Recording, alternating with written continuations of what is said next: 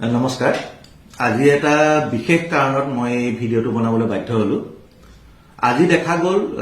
যি ৭২তম গণৰাজ্য দিৱস পালন কৰা হৈছিল কেন্দ্ৰীয়ভাৱে ভাৰত চৰকাৰৰ দ্বাৰা নতুন দিল্লী লালকিল্লা তাত কৃষক নামধাৰী একাংশ গুণ্ডা তথা আতংকবাদীয়ে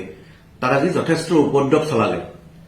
তেওঁলোকে আনকি ভাৰতৰ ৰাষ্ট্ৰীয় পতাকা ভাৰতীয় সন্মানীয় প্ৰধানমন্ত্ৰী ভাৰতীয় সুৰক্ষা বাহিনী কাৰোৰে সন্মানৰ তেওঁলোকে আজি কেৰেপ নকৰিলে তেওঁলোকে অকল এখিনিয়ে নহয় ভাৰতৰ স্বাধীনতাৰ কাৰণে যিসকল স্বনামধন্য ব্যক্তিয়ে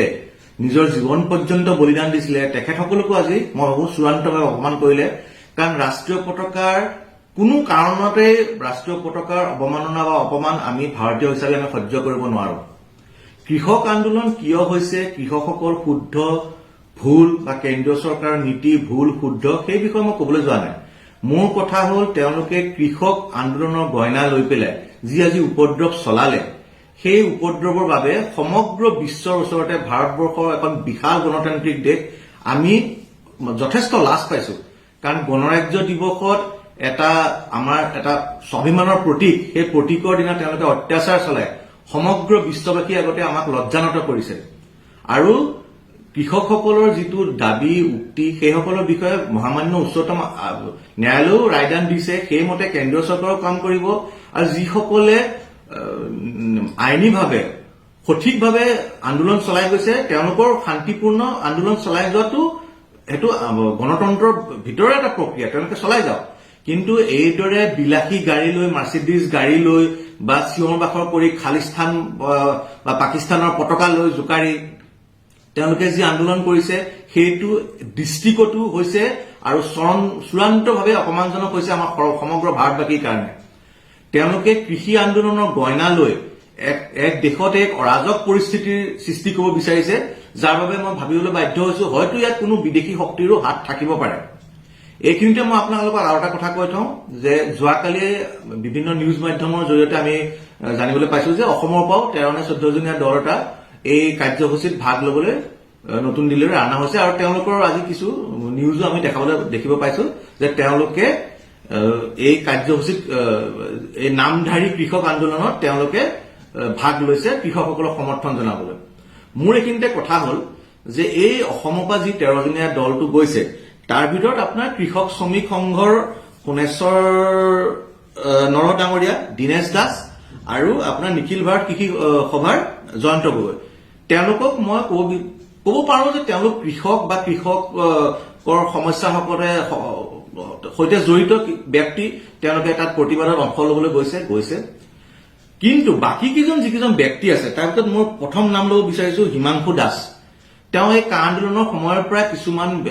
ফেচবুকতে লাইভ বা ভিডিঅ' বনাই মুখ্যমন্ত্ৰী আৰু স্বাস্থ্যমন্ত্ৰীক গালি পাৰিয়ে তেওঁ লাইমলাইটলৈ বা সকলোৰে মাজত কিছু টিআৰপি গেইন কৰিবলৈ সক্ষম হৈছিল তাৰ বাহিৰে তেওঁ মই নেভাবো তেওঁ নিজকে বায়ুসেনাৰ বিষয়া বুলি কয় অৱসৰপ্ৰাপ্ত বিষয়া সেই বিষয়ে মই একো ক'ব নাযাওঁ কিন্তু কৃষকৰ সমস্যা বা আন্দোলনৰ সৈতে তেওঁ কোনো ধৰণৰ জড়িত থকাৰ বিষয়ে মই জ্ঞাত নহওঁ আনকি যেতিয়া লকডাউনৰ সময়ত আমি চেষ্টা অব্যাহত ৰাখিছিলো যে বজাৰখন বাংলাদেশী মিয়াৰ পৰা আঁতৰাই আনি আমি অসমীয়াসকলে দখল কৰিব তাতো এই হিমাংশু গগৈ ডাঙৰীয়াই কোনো প্ৰেক্টিকেল ভাৱে ব্যৱহাৰিকভাৱে আগবাঢ়ি অহা আমি দেখা নাপালো আমি আগবাঢ়ি অহাৰ আজি এটা আমি আপোনাক একদম চূড়ান্ত আমি আজি আপোনাক এটা এক্সাম্পল দিব পাৰো এই লকডাউনৰ সময়ত অসমীয়াই অসমৰ বজাৰ দখল কৰাৰ কৃষকৰ যি হৈছিলে তাৰপিছত আমাৰ এজন ভাতৃ লখিমপুৰৰ শৈলেন বৰুৱাই আজি জিলা প্ৰশাসনৰ পৰা এই 6-7 মাহৰ ভিতৰতে যি কৃষি বিপ্লৱ আনিল লখিমপুৰ জিলাত তাৰ বাবে তেওঁক সন্মানিত কৰা হৈছে সেই তেনেকুৱা ধৰণৰ কোনো ব্যৱহাৰিক কাৰ্যত এই হিমাংশু দাস ডাঙৰীয়াক আমি দেখা নাপালো তাৰ বাহিৰেও যিকেইগৰাকী নাম আছে ৰাতুল গগৈ নীলিমা চুলতানা এখেতসকলৰ কোনো কৃষকৰ লগত মই কোনো দেখা নাই আৰু জনামতে নীলিমা চুলতানা ডাঙৰীয়াই গোটেই তেওঁলোকক বিমানত অহা যোৱা দিল্লীলৈ বা বাকীখিনি ফৰিদাবাদলৈ যোৱা বাছৰ ভাড়া চাৰা সব তেওঁলোকে কৰিছে সেইখিনি কৰিবলৈ তেওঁৰ এই 13-14 জনীয়া দলৰ যি লাখ টকা খৰচা কৰিছে তাৰ উৎসটো কি সেইটো বিষয়েও এটা ৰহস্য আছে তাৰপিছত এজন ইয়াত সদস্য গৈছে ইউনিছ তামুলী তেওঁ এসময়ত শিৱসাগৰত কপাই ৰাখিছিলে কিবা ফেচবুক নিউজ নে আৰু কিবা ৱেব পৰ্টেলৰ কৰিছিলে তাৰপিছত আন্দোলনৰ সময়ত তেওঁ পিএফআই টকা লৈ বিদেশী ষড়যন্ত্ৰ কৰি অসমৰ ধ্বংসত যি তেওঁ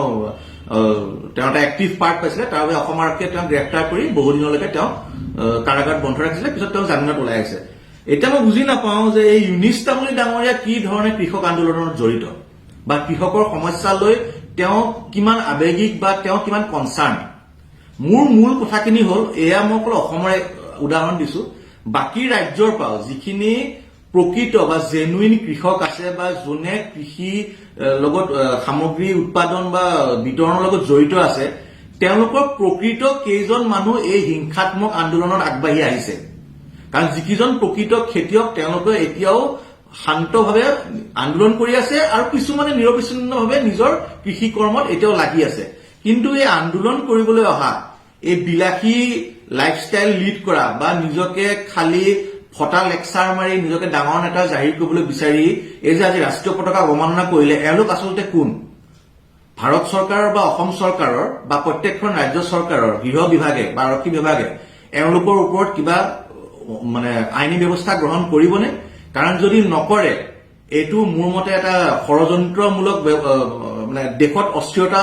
আনিবৰ কাৰণে ষড়যন্ত্ৰ কৰা হৈছে আৰু দেশদ্ৰোহিতাৰ গোচৰ এওঁলোক সকলোৰে ওপৰত চলাব লাগে কাৰণ ৰাষ্ট্ৰীয় পতাকা অৱমাননা কোনো ক্ষেত্ৰতে আমি সহ্য কৰিব নোৱাৰো সবশেষত মই ক'ব বিচাৰো যে এজন ভাৰতীয় হিচাপে এজন অসমীয়া হিচাপে মই বিচাৰো যাতে আমাৰ দেশ আমাৰ প্ৰদেশ সবতকে আগবাঢ়ি যায় কৃষকসকলো সমানে আমাৰ সৈতে আগবাঢ়ি যায় কিন্তু তাৰ বাবে এনেকুৱা ধৰণৰ বিভৎস বা হিংসাকাৰী পন্থা যদি তেওঁলোকে লয় তেতিয়াহ'লে কিন্তু তেওঁলোকক আমি কোনো ধৰণে সমৰ্থন নিদিওঁ বন্দে মাতৰম জয় আই অসম